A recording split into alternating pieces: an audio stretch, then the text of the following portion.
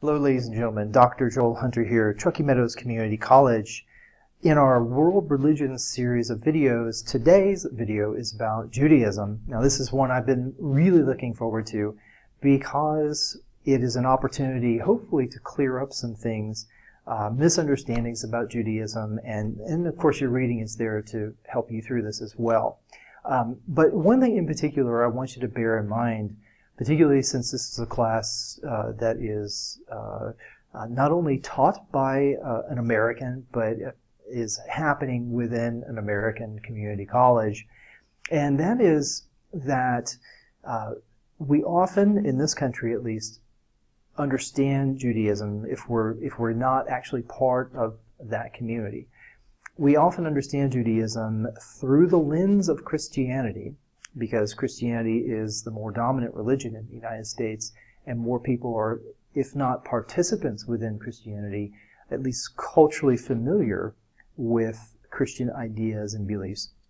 And so what that then creates is a sort of false impression of what Judaism actually is of itself and what it says about itself and what it has to offer to everyone else. And so what I want you to especially kind of keep in mind is that lens. If you're wearing those glasses, what your job is to try to take them off as much as you can. But at the very least, be aware of them. And I'll give you a real quick example, and this is going to come up in the vocab. But one of the vocab words is sin. And oftentimes, I don't know, in fact, probably 50% of the time, maybe more, when I have taught this in the past with American students, the answers that I get back about what sin is in Judaism refer to original sin. And it's amazing to me, actually, that because Smith is very clear, that this is not a concept within Judaism, and anyone who has sort of the basic understanding of Judaism knows that original sin is a Christian doctrine. Yes, they share the term sin, but sin is not the same thing in Christianity as it is in Judaism. Christianity is in some ways a sect of Judaism. It grew up out of Judaism. And so obviously it shares some conceptual connection in this particular case of sin with Judaism.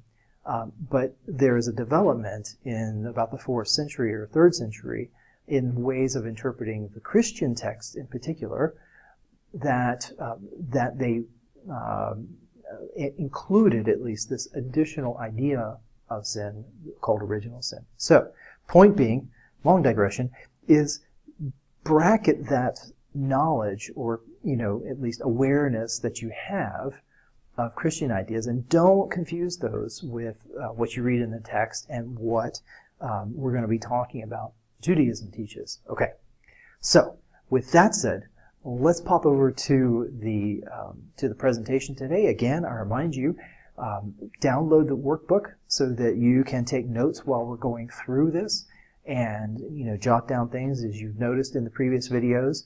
I will often alert you to when there is something, oh hey, put an asterisk by this because it's kind of important. So that's why the workbook is helpful, is you can make a note of that yourself and remind yourself that, okay, when I encounter this in the text, that I need to pay really close attention to it and really take some time here, slow down a bit as I'm working through this term or trying to answer this question, okay? Because I do alert you to those. And as always, I'm going to point out what your challenge question is going to be for the Judaism quiz. And let's get to, then, the presentation.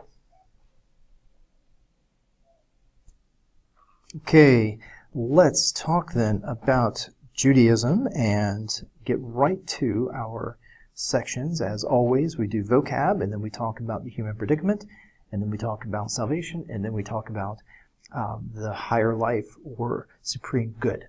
So let's get to those ideas and that vocabulary in Judaism. All right, first thing, let's talk about the key terms that you're going to run into. It's actually a fairly short list, and all of these are well identified in your text. I'll mention one other one that isn't, but it's one that you should be aware of. Let me just adjust my screen here while I get to the first vocab word, which is Yahweh. So who is Yahweh? Who is Yahweh? I mentioned this just a minute ago in the intro, and that is, what is sin? So now what you want to do is focus in on what is the Judaic conception of sin, and don't conflate that with the Christian conception of sin. Excuse me. Need some water. What are the chosen people?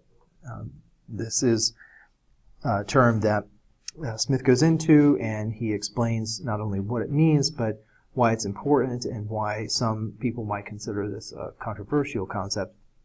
So who or what are the chosen people? By whom are they chosen, and what are they chosen for? What is circumcision? What is a patriarch? What is a prophet? Okay, so this one I can tell you one of the common senses of the word. This is a fortune teller, or someone who tells the future. So the biblical idea of a prophet is not that. Although it may involve warnings about the future, what a prophet says may involve warnings about the future, which is based on knowledge, revealed knowledge that they may have about it. That is not the function of the prophet. Is not to be, a soothsayer or something like that. They have a particular religious and social function, and so you need to know what that is. What is a priest? What is that office like? What is it for? And here's another one. This is an anglicized word from Latin, but the Hebrew conception of priest is something that is distinct to Judaism. So be sure that you don't confuse this with, say, the idea of a Catholic priest. They are not the same roles, not the same function. Okay, what is the Torah? And I didn't put this in your list, but another important term, because this is about the texts, is Tanakh. So what is the Tanakh? You could add to that. That's T-A. I could write it up on the board, but it's probably too small. I'll do it anyway. T-A-N-A-K-H. So you could add that to your vocab list if you wish. It helps to have an understanding of Torah and Tanakh together. Okay, what is the Talmud? What is the midrashim? And my pronunciation is horrible. I do not know Hebrew, but I know that I mispronounced that. Nevertheless, there it is, my pathetic phonetic attempt. Hey, that was pretty cool. Pathetic phonetic. Okay, next. What is a Messiah or Messiah? And in particular, this is, again, a Jewish conception that we're focusing in on, and later interpretations of Messiah by Christianity are not to be confused with this. Again, I don't want to say that they're entirely different, because obviously they're not. But what is distinct about the Jewish conception of a Messiah? Next, what is revelation? Okay, this is a really key term that applies to more than just Judaism. It's important for all of the Abrahamic phase, and the Abrahamic phase are those that are rooted in the individual Abraham, and those would be Judaism, Christianity, and Islam in particular. Those are at least the three major monotheistic religions in the world, three of them at least, and they all are, in one sense or another, revealed religions, and so you need to understand what is this conception of revelation.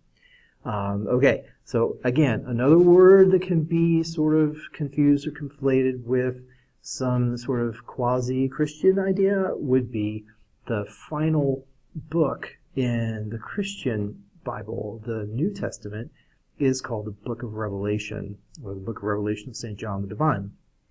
And so that is not the same thing. Yeah, it is a revelation, of something, but that is a limited version of the general idea here. And so what I want you to do is get a grasp of what is the general idea of revelation here. What does it mean? What is its significance for Judaism? Okay, next, what is resurrection? Again, if you've come to this with a lens of Christianity or some familiar with Christianity, you may have heard this term, probably have. This is, of course, what Christians often celebrate on Easter, is the resurrection of Jesus. However, resurrection is a belief that predates Christianity and is part of the Jewish faith. So you need to know, what is resurrection? And try to capture that with the, in particular, the Jewish conception of resurrection. Okay, what is a covenant? Now, I want to pause right here just to say that if I have one fault for the Smith text, I think this is his weakest chapter. I think the chapter in Judaism does not do enough to talk about the sort of key theology within Judaism, and so I think he skirts over some really central ideas. Now, he talks about covenant, but I think there's a lot more to it that enriches your understanding of what Judaism is.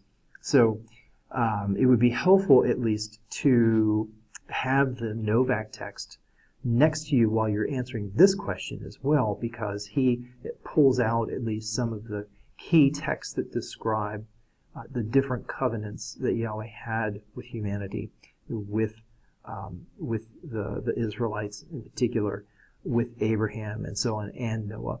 So you need to look at what a covenant is.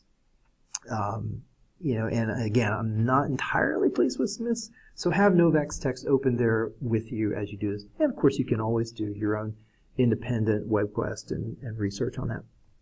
And then lastly, what is election?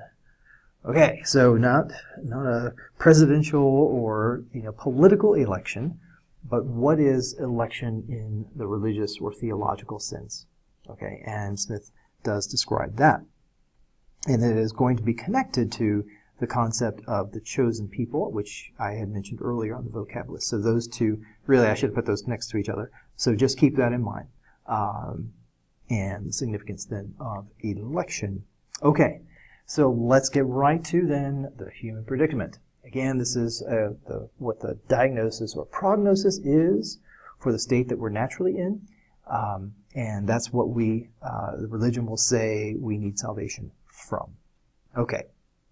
And I will say that for some of the religions, when you are trying to capture the answer to the questions in the model on your own, some you will find are really, really hard. And I'll mention that now, that there's a couple of Judaism are really, really hard. Not so much the human predicament, although sometimes students struggle with it, but really the supreme good or the ultimate end or the higher life. That one in particular in Judaism seems more difficult to answer. So I want to make sure that I give you enough to work with there, some questions to really extract that out of your readings, okay? All right, well, anyway, let's go to the human predicament and talk about some of the questions that will lead you in. Okay, so what are two reasons? Boy, I'm going to start that again because that wasn't even what the slide says. What two reasons require that people take account of the other? How does Judaism take account of the other? Okay, this is Smith's sort of opening way to talk about what is distinct about Judaism from not only the other religions that we studied, the Eastern religions that we've studied so far, but also the surrounding religions when Judaism emerged historically. So this is really, really crucial to understanding Judaism. And so I really like this part of what Smith does. So what does this term "other" mean? And then what two reasons does Smith say we require that people take account of the other? Okay, good. All right, so here's some big words. What is immanence and transcendence? And why are these important concepts for understanding the nature of divinity? Now, I could have put this in the third category as easily as I put it here, because it is talking about, in some respects, not all respects, but in some respects, the unseen order in Judaism, particularly when we talk about Yahweh as transcendent. But in Judaism, this is one of the complications of Judaism, is Yahweh is not just a transcendent deity. In other words, something that is someone who is completely unreachable, completely other than the human and what we experience in the sort of natural world. There is a sense in which Yahweh is immanent to not only to the seen order or the physical or material realm as well. And that is really crucial to understand, that the deity in Judaism inhabits, dwells, if you will, in both immanently present with us in some sense, and also at the same time transcendent. So you never have Yahweh fully immanent and graspable, understandable, encountered like you would another human being. But also Yahweh is not fully transcendent. In other words, so distant from the created order that he has no participation in it. That would be something like deism. Okay. So now, why are these important concepts for understanding the nature of divinity? Well, I gave you some little hints there, but do dig into those terms and Smith's discussion of them. Okay, why, and this is probably one of the key questions for you to understand the human predicament in Judaism. Why are humans paradoxical beings? That is Smith's language, and this is a really good way of putting it. Why are humans paradoxical beings according to Judaism? Okay, then what you need to do is explain human anthropology. There's that concept again that I've stressed is so important for understanding the human predicament. What is Jewish anthropology? Okay, what is human anthropology according to Judaism? And use the following concepts, and pay attention to these within your reading. And sometimes they appear by implication, not by being explicitly mentioned, although Smith does explicitly mention all of these. But pick these out, like with the Novak text, with your wisdom readings. See if you can identify the texts that deal with frailty, the texts that deal with grandeur. In other words, from what is grand about humans, and then what about the concept of sin? What about freedom? And finally, divine parentage. And what does it mean to be a child of God according to Judaism? Okay, that's part of human anthropology, is our parentage. It would be, in at least some sense, that we have a divine parent. Okay, in what ways is history, a religious context, distinct to Judaism? So you really can't talk about Judaism and understand what Judaism is without its history.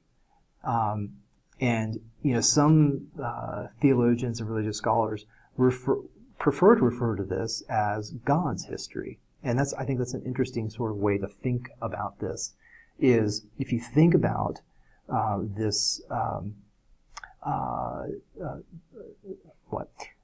both immanent and transcendent deity, a personal deity, in fact, that is both intimately connected with his own work in creating humans, and with being attentive to and concerned with what humans do with his creation. You can see how you can talk about the world events, or even the sort of private individual things that someone goes through as part of God's history as well. So I kind of like that, because it gets you thinking, in a sort of different level to this. So in what ways is history, though, a religious context that is distinct to Judaism? So in other words, we're asking here about not what is the history of Judaism, you know, and to sort of take a historical method and apply it to Judaism. But, in other words, how is history itself central to what Judaism is? In other words, you don't even have Judaism if you don't have some historical narrative, something happening in human events, and more broadly, world events. Maybe even some sort of cosmic history is a more appropriate way to think about it. So, yeah, so work with that. That's a really interesting way to get into the human predicament here. Okay. All right, this comes up explicitly in your text. What are the 4 danger zones of human life that cause damage when they get out of hand? And here is one of the areas, at least, I think you'll see some congruencies with Hinduism or Buddhism, or maybe both, in their anthropologies. So let's look at those 4 danger zones. All right, this is one that I want to stress that is going to be really important, that you have the Novak text alongside and use the world's wisdom to help you with this in characterizing Yahweh's justice. Specifically, with what sort of person is he most, that is Yahweh, most displeased? What sort of person is he most concerned to vindicate? In other words, what sort of person does God or Yahweh take the side of? Who is he most interested in protecting and validating and vindicating? Okay, and if you can get a grasp of that, then you'll have a really good sense of the sort of character of Yahweh as he appears in Judaism. Okay, and so understanding what it means for God to be just in Judaism is what I'm after here, and I think what will help you understand the human predicament very, very well. Okay, number next. And I mentioned this in your vocab. What is the role of the prophet? And once you look at that, and again, I want to stress the Novak text is going to help you here.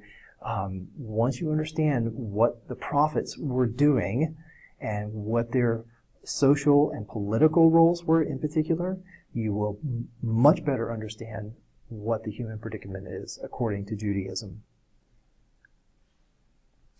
Okay, now a couple sort of historical questions that I just put here because I really didn't have a better place to put them, but they do sort of follow from this last question and this idea of history being central to what Judaism is.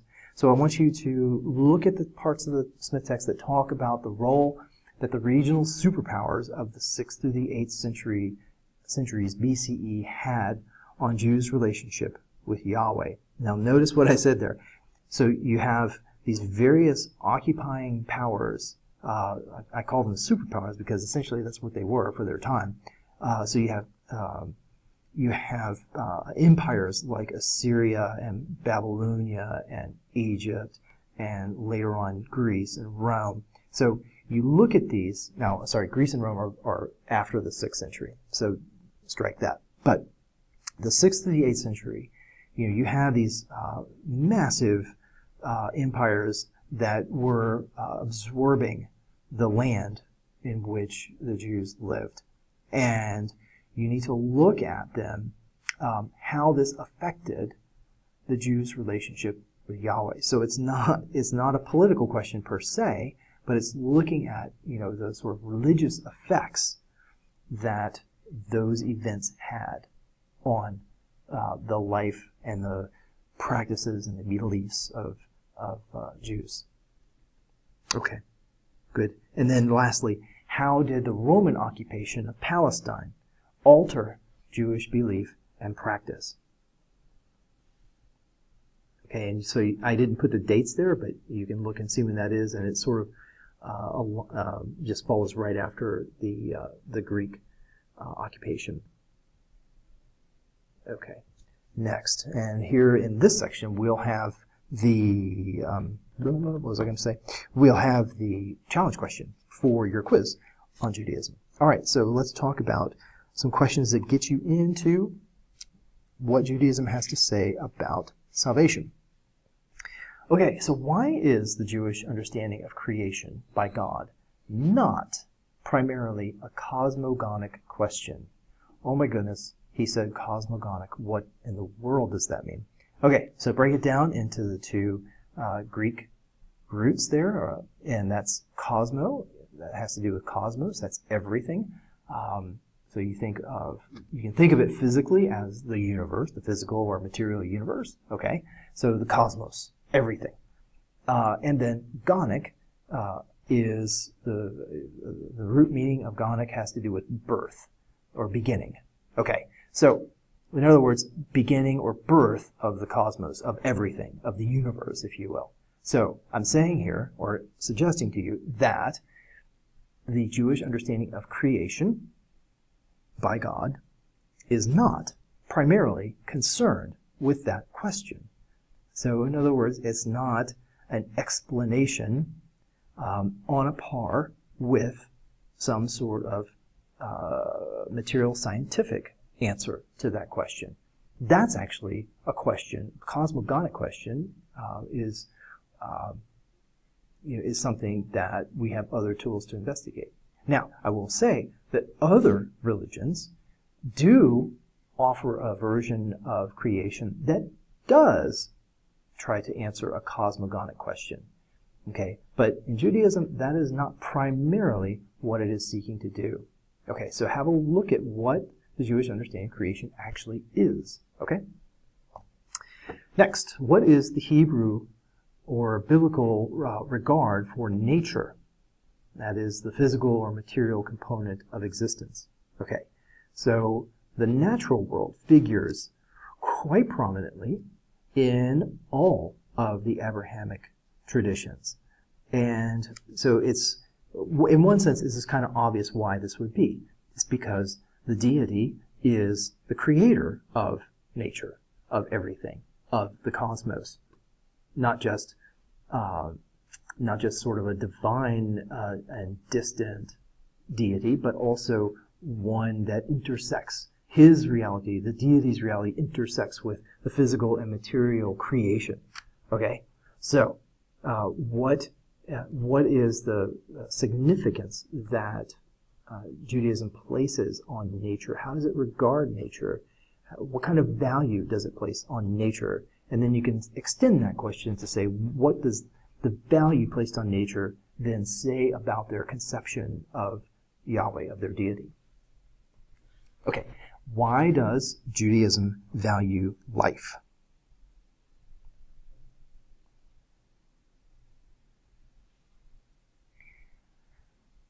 All right, this is your challenge question.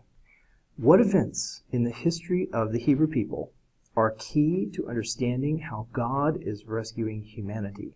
Okay, boy, there's a lot packed into that question. And what I'm going to do, or what I have done actually in your challenge question for the Judaism quiz, is I've unpacked this a little more so that you can answer this question better. But I will go ahead and mention now a little more about this so that you can be thinking about it and preparing your answer. So there are, how do I put this?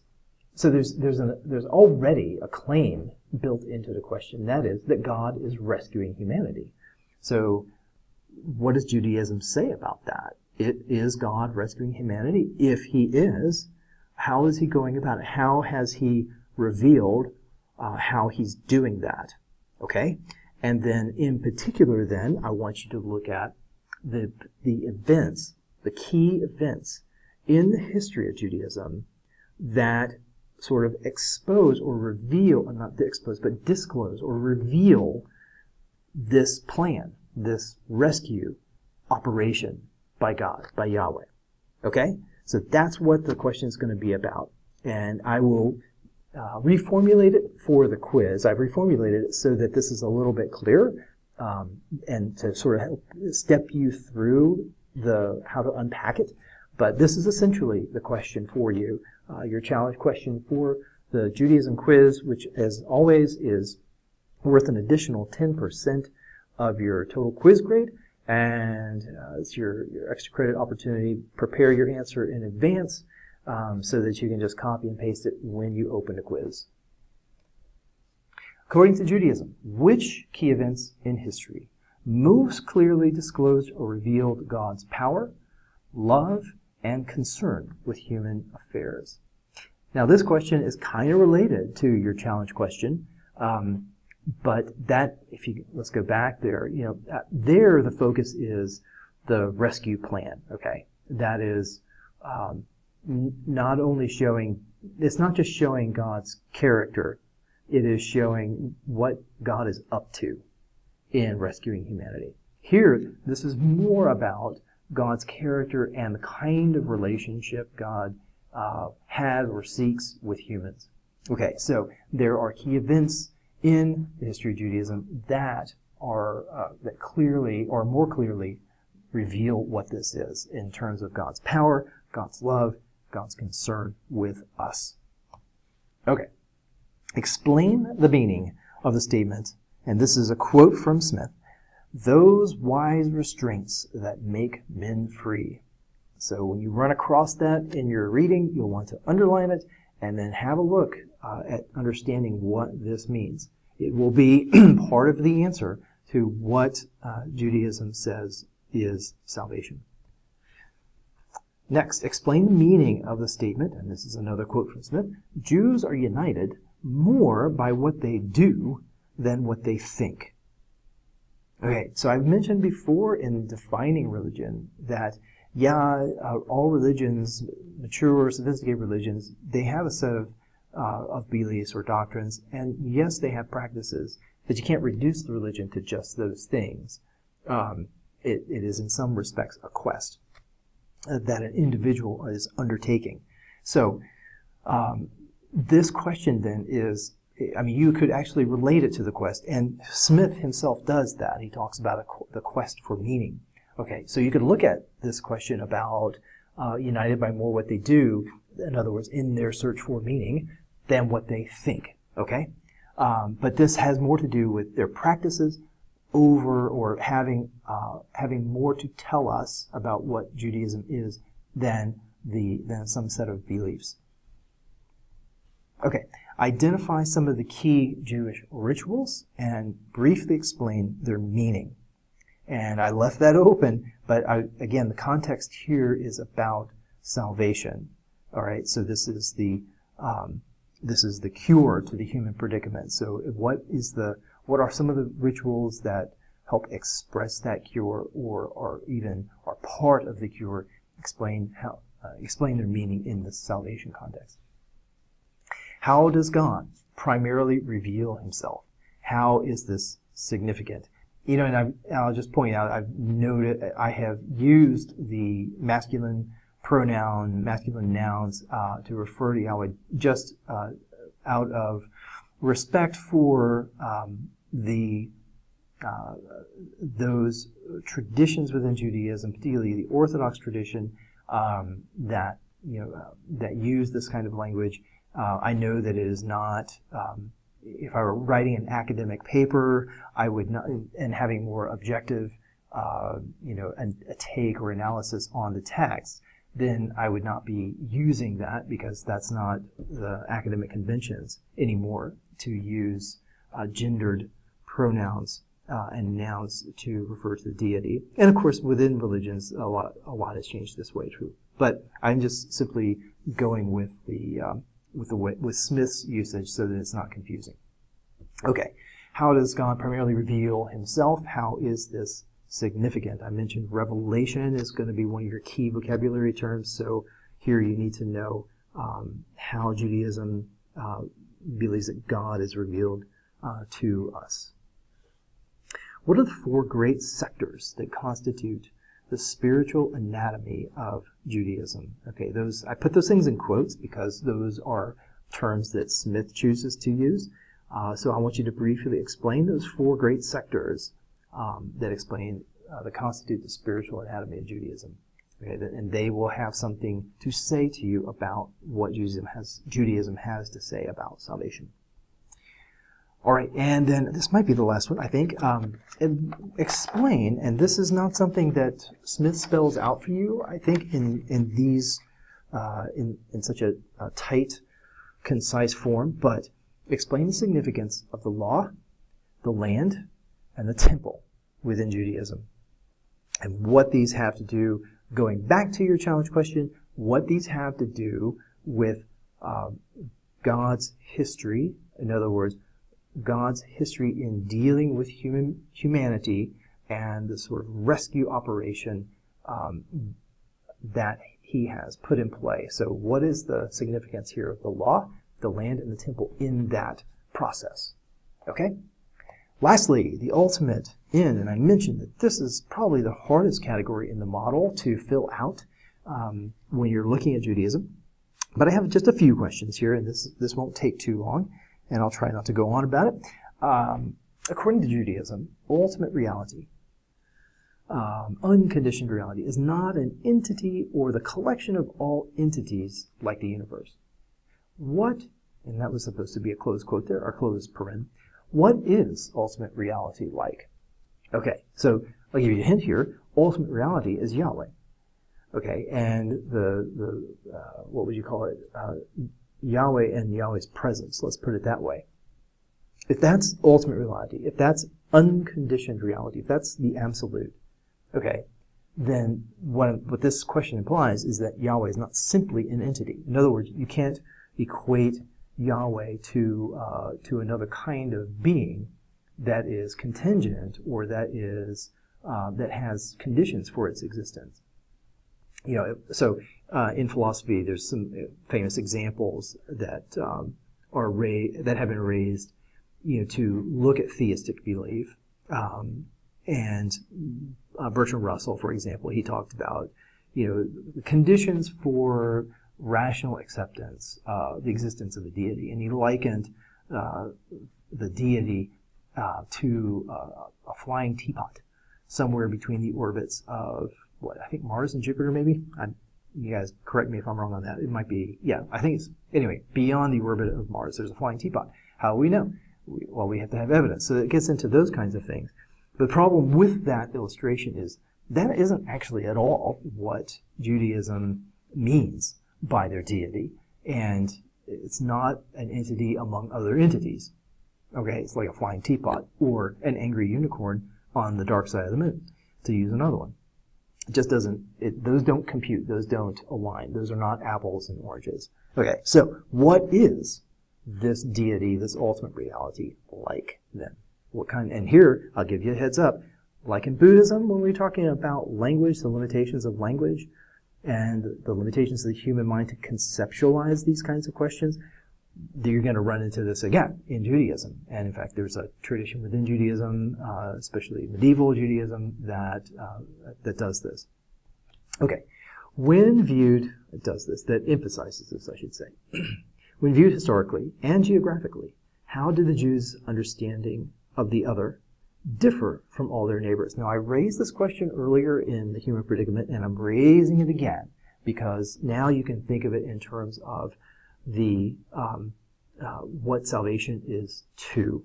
Okay, so this implies that if we get our understanding of the other oriented correctly, then everything will change in our dealings with not only individual neighbors, but on a collective level, on a communal level as well, even a global level. Okay, and so if you think of it that way, if you think of that as the sort of social effects of salvation, what salvation is to, this is what this question is getting at. Okay, next, explain how the Ten Commandments structure a social world in which collective life is possible. Well, talk about a loaded question. What do you mean a social world in which collective life? Of course, a social world just is collective life, so obviously it's possible. We don't need the Ten Commandments for that. Okay, but I guess implied here is the idea of a social world that is flourishing, that is full of health, that is not diseased, that is not broken. A social world that is at peace, and here the Hebrew word shalom would be appropriate. a convivial society. So explain how the Ten Commandments structure that kind of world. Okay? What is Messianism, and how does it reflect Yahweh's intentions for humanity's future? Okay, I've already talked about this earlier, so I won't repeat that. And then what is the significance of the creation of the modern state of Israel? So this you should already be comfortable with this idea that you're going to have to deal with history here when you're talking about Judaism. And so this is more recent history. So we're actually talking about the 20th century, and you can be thinking about then the significance of the creation of that modern state, and what in the world would this have to do with the ultimate end or the supreme good for humans, this higher life.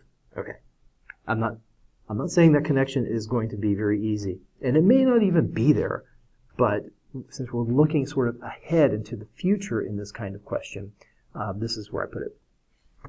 What is the role of human reason in finding and staying on the way of liberation? And I've used that term to express salvation here, the way of liberation, and what liberation is a way to, because this is such a part of Jewish understanding, self-understanding, particularly when you look at the historical events that are part of the very calendar they live by, and part of the key historical moments on that calendar in their celebration, and sometimes their mourning. So you have events like in liberation, really the central one is the Exodus. Okay, so the Exodus is in literally then an exodus out of slavery. Okay, and so this is taken theologically and expanded to not only a kind of physical and political liberation, but also then a larger kind of, or at least a type, a prefiguring of a fuller kind of liberation that you might say is spiritual. Okay, so what now we want to know is, what is the role of human reason in finding that way and then staying on it? How does the Jewish quest for meaning in all of its many forms establish what Judaism regards as the highest good or highest life? Okay, and this, I ended here with the question, or sort of the theme of this chapter in Smith, which is a good one. It's kind of general, it's kind of vague, but you know, it does sort of fit in all the major points along the way, all the sections. And so here I want to end with that and see if you can sort of finish off the reading by figuring out then how this quest for meaning is central to what Judaism regards as the highest good or highest life. All right then, gang. I appreciate your attention, and I didn't mean to go completely dark on you there. And look forward to seeing what you come up with for your oh my goodness, I'm all over the place here, sorry. Look forward to see what you come up with for your responses on the challenge question, on the quiz, and best of luck on that. And I'll see you next time for our next video on Christianity. Take care, and see you later.